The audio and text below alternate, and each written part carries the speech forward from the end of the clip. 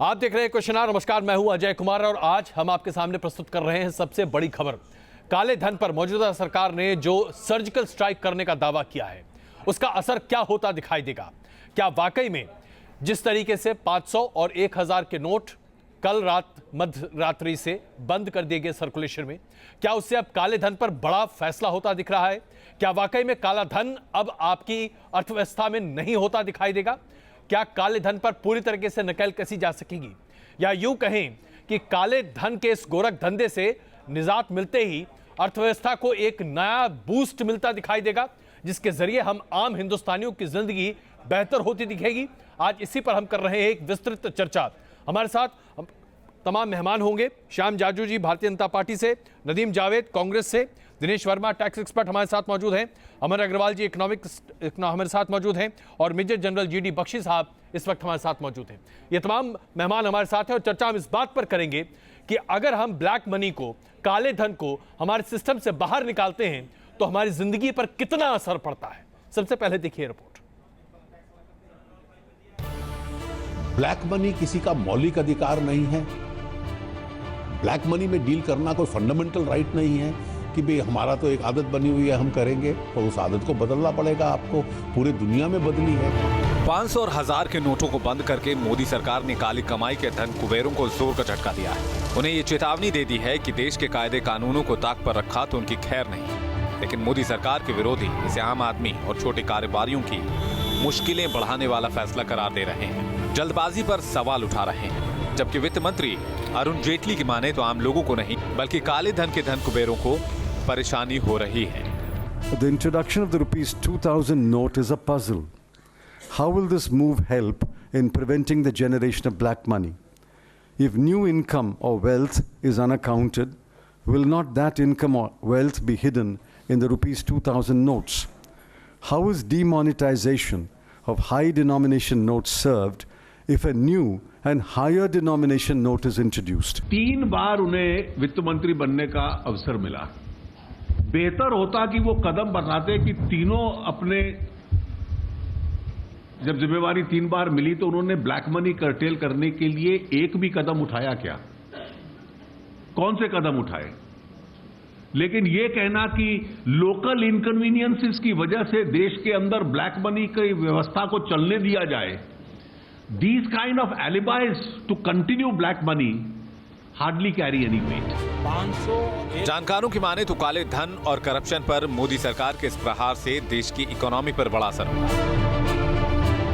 इस फैसले से देश में कई प्रोडक्ट्स की कीमतें कम रहेंगी। ब्लैक मनी का गढ़ बने रियल एस्टेट और सराफा बाजार में बड़े सुधारों का एजेंडा तय होगा।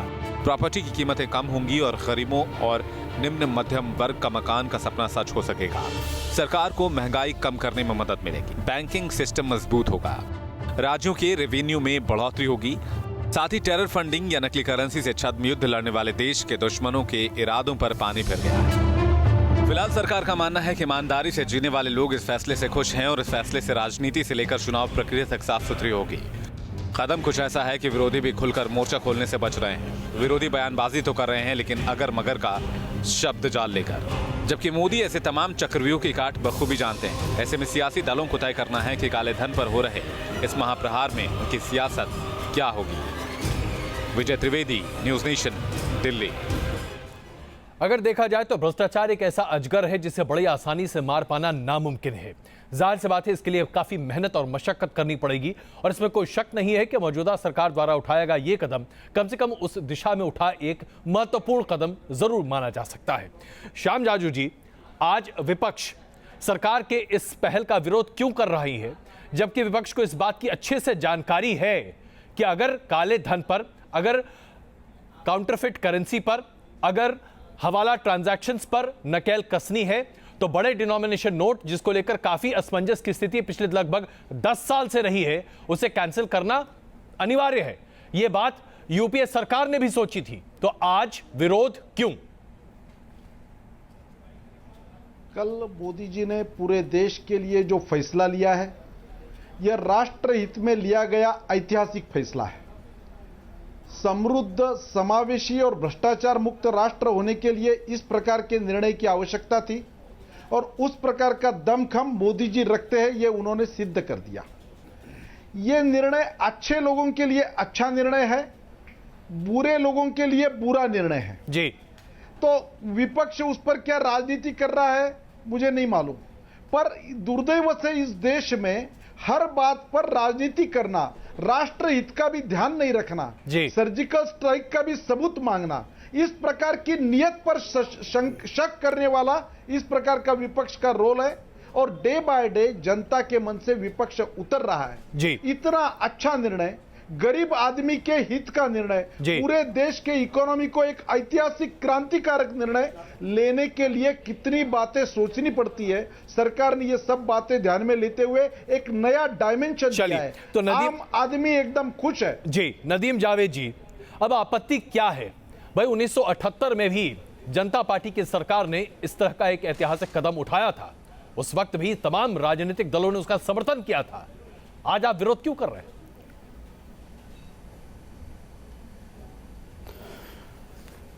दो तीन बातें बड़ी महत्वपूर्ण हैं और सबसे पहले यह है कि आजकल कोई भी फैसला जब केंद्र की नरेंद्र मोदी के नेतृत्व की सरकार लेती है तो उसके फौरन बाद अगर कोई सवाल उठाता है किसी प्रकार का तो यह कह दिया जाता है कि यह राष्ट्र विरोधी है और यह राष्ट्र हित में जो सवाल उठाए जा रहे हैं ये सवाल नहीं है।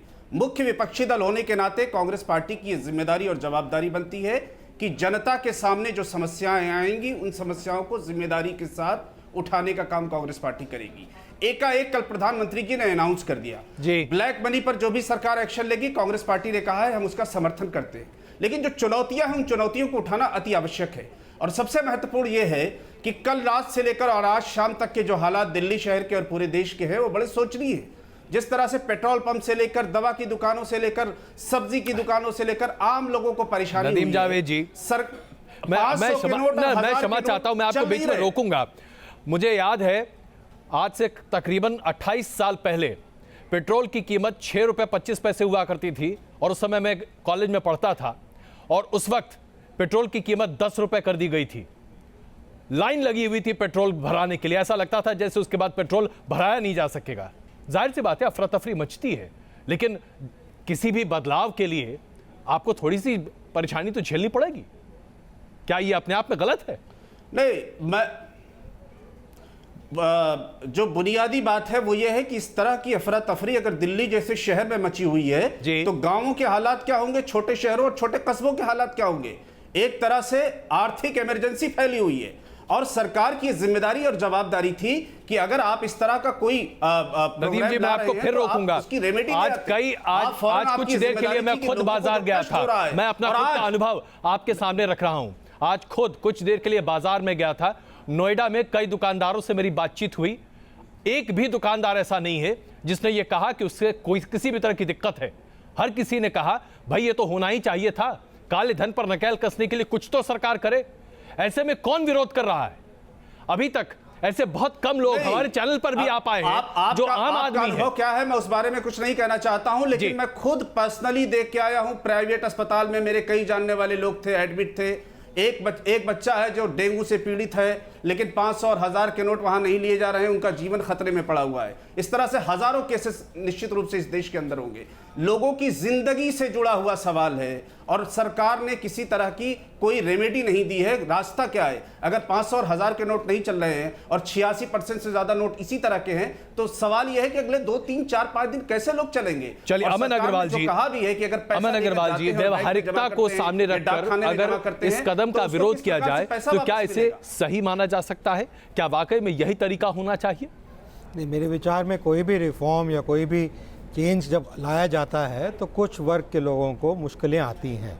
अब ये मुश्किलें जो आती हैं ये देखने की बात है कि ये इंसान खुशी खुशी लेता है या गम बांट के लेता है। जो इस समय मुश्किलें देखी जा रही हैं आम जनता के सामने आ रही हैं, चाहे वो BPL फैमिलीज़ हों, चाहे वो मिड सेगमेंट फैमिलीज़ हों, वो सब लोगों के जो प्रतिक्रिया हैं वो देखने को मिल रहा है कि वो पॉजिटिव हैं। वो कह रहे हैं कि हम इस घटना से आराम से निकल सकते हैं और ये 1 या 2 दिन की ही बात है। आगे जाके सरकार ने प्रावधान कर रखे हैं कि हमें कोई मुश्किल आने की उम्मीद नहीं है। तो मेरे विचार में ये जो घटनाएं बनाई जा रही हैं मेरे विचार में इतने महत्व नहीं रखती हैं। मेजर जनरल GD बख्शी साहब, सरकार ने सीधे तौर पर खास करके प्रधानमंत्री ने अपने संबोधन में स्पष्ट कहा था कि आतंकवाद पर नकेल कसने में यह कदम काफी कारगर साबित होगा। हम आपसे जानना चाहते हैं ब्लैक मनी का यह पूरा कारोबार हवाला ट्रांजैक्शंस, काउंटरफिट करेंसी किस तरीके से आतंकवाद को प्रोत्साहित कर रहे थे और अब कैसे उस पर नकेल कसने में मदद मिलेगी?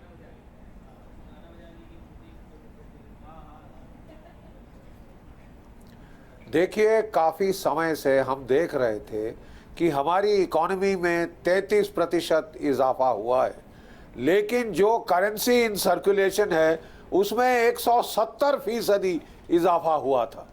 और वो जैसे आपने बताया 86% वो नोट थे 500 और 1000 रुपए की डोमिनेशन के। तो इससे देखिए साफ जाहिर है कि बहुत हद तक हमारी इकोनॉमी में जो फेक करेंसी, ब्लैक मनी, हवाला ट्रांजैक्शन इत्यादि का पैसा सर्कुलेट किया जा रहा था, जिससे इन्फ्लेट हो रही थी जो करेंसी की वॉल्यूम्स, और जो हमारी ब्लैक इकोनॉमी थी वो तकरीबन हमारी वाइट इकोनॉमी के बराबर आ गई थी। देखिए, सब टेररिस्ट इंसिडेंट्स के लिए, उनको अंजाम देने के लिए जो फाइनेंशियल नेटवर्क्स हैं वो हवाला के नेटवर्क्स होते हैं, वो फेक करेंसी के नेटवर्क होते हैं, वो ड्रग स्मगलिंग के नेटवर्क होते हैं। और हमारे देश में तो दाऊद इब्राहिम जनाब ने यहाँ पे एक कारोबार खोल रखा था बेटिंग सिंडिकेट्स का, क्रिकेट की जो बॉलीवुड में फिल्मों की होती थी उसमें, और उसके जरिए जो है हवाला मनी इस हमारे देश की इकोनॉमी में डाला जा रहा था जो कि टेररिज्म के काम आता था। तो कितना पैसा, कितने करोड़ों रुपया जो है हमारी कश्मीर घाटी। तो बख्शी साहब, आप इस बात को लेकर खुश हैं कि कम से कम इस पर नकेल लगेगी? हमारी इलेक्शन कम से कम एक पहल तो हुई है, आप इसे लेकर खुश हैं? बिल्कुल खुश हूं। चलिए दिनेश वर्मा जी, अब हम आपसे जानना, बिल्कुल बड़ी खुशी तो इससे ज्यादा ये है कि जो हमारे चोर नौकरशाह, जो एक मिनट, जो हमारे चोर नौकरशाह जिनके मैट्रेसेस रुपयों के नोटों से भरी होती थी, अब वो केवल उनकी चाय बना सकते हैं और चाय पे चर्चा कर सकते हैं। और बड़े ही ख्याल के साथ मोदी सरकार ने ये भी कहा एक बहुत बड़ा संतोष आज आम हिंदुस्तानी के दिल में है, क्योंकि ये तस्वीरें जब हम देखते थे पूरे रूम में नोट भरे होते थे 1000 के, तो हम सबकी छाती पर सांप लौटता था, भाई हम टैक्स इतना देते हैं लेकिन ये भाई साहब जो है उन पैसे पर सो रहे हैं। ये वाकई में हम मध्य वर्ग के लिए तो बहुत खुशी की बात है। दिनेश वर्मा जी, ये बताइए कि ब्लैक मनी हमारे सिस्टम का एक अभिन्न अंग बन चुका है, लेकिन अगर इसे हम सिस्टम से बाहर निकालते हैं तो हमारी जिंदगी पर कितना फर्क पड़ता है? क्या हमारी जिंदगी बहुत बेहतर हो जाएगी? कैसे बेहतर होगी, संक्षेप में बताइए।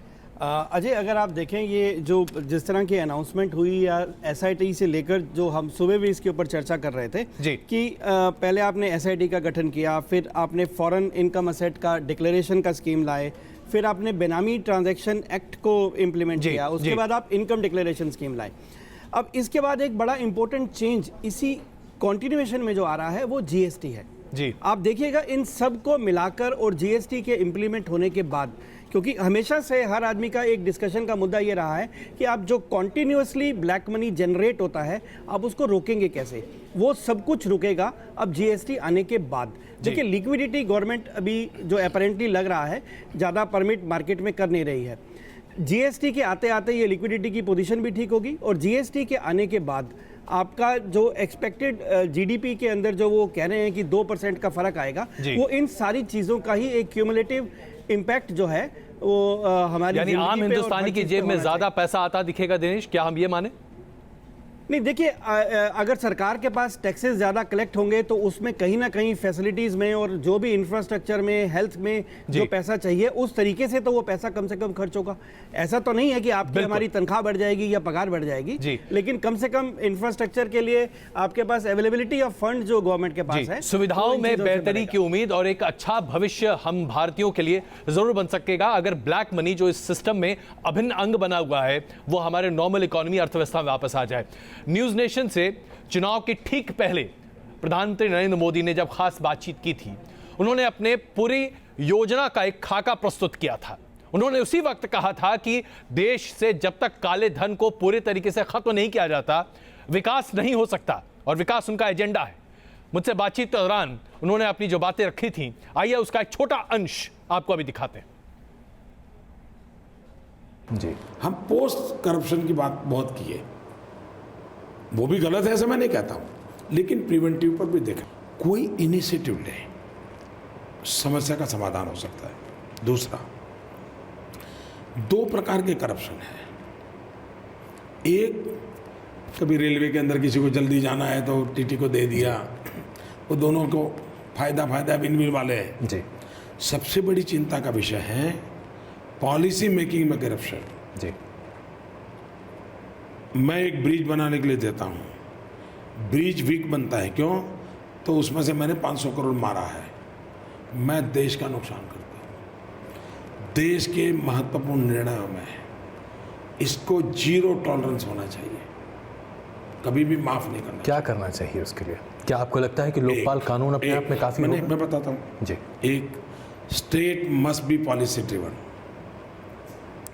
ब्लैक एंड व्हाइट में पॉलिसी करनी चाहिए जी। मैं 87-88 में पॉलिटिक्स में आया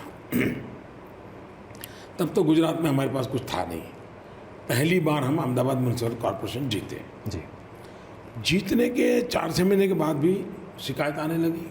मैंने कहा यह है कौन ऊपर लेने वाला, तो ऊपर लेने वाला कोई नहीं था, वही रखता था।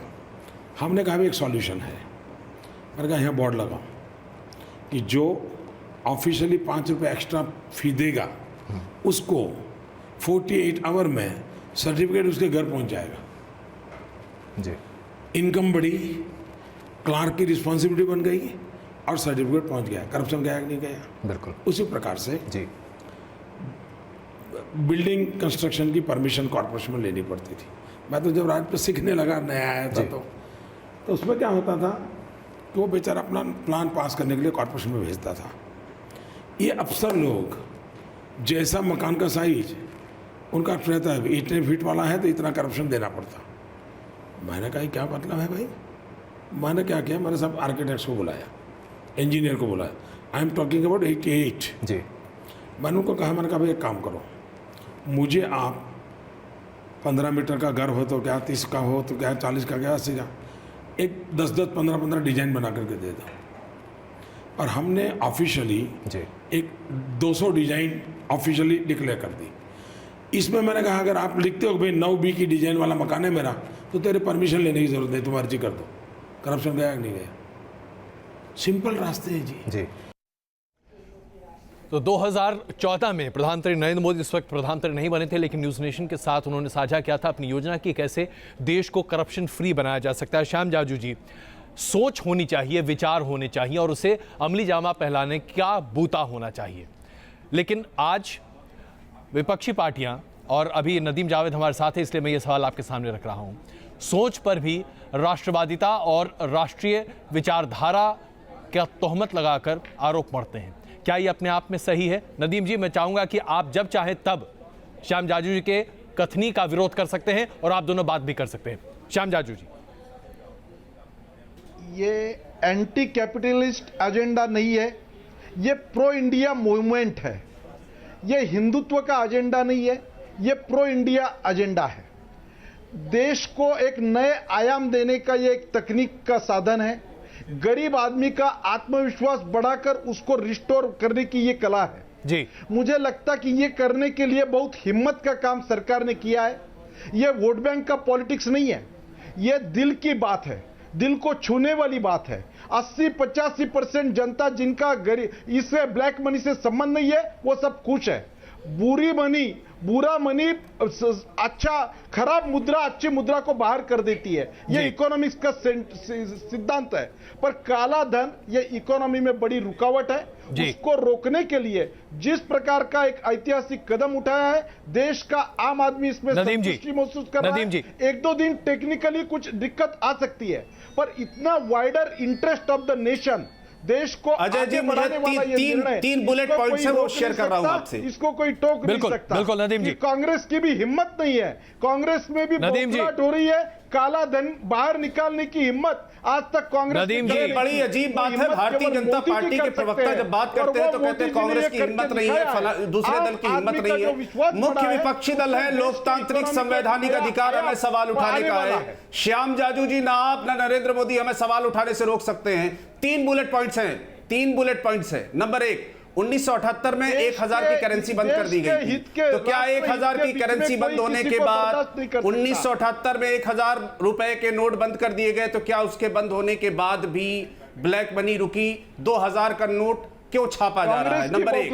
नंबर दो, जो बड़ा इन्वेस्टमेंट है वो इन्वेस्टमेंट सोने में है, वो इन्वेस्टमेंट हीरे में है, वो इन्वेस्टमेंट जमीनों में है। कहा जा रहा है भारत सरकार के आंकड़े हैं कि 35 लाख करोड़ रुपए की ब्लैक मनी है जमीन जायदाद में। श्याम जाजू जी कृपया सुन लीजिए और जवाब दीजिए। आप तो राष्ट्रवाद के ठेकेदार बन गए हैं, सवाल का जवाब दीजिए।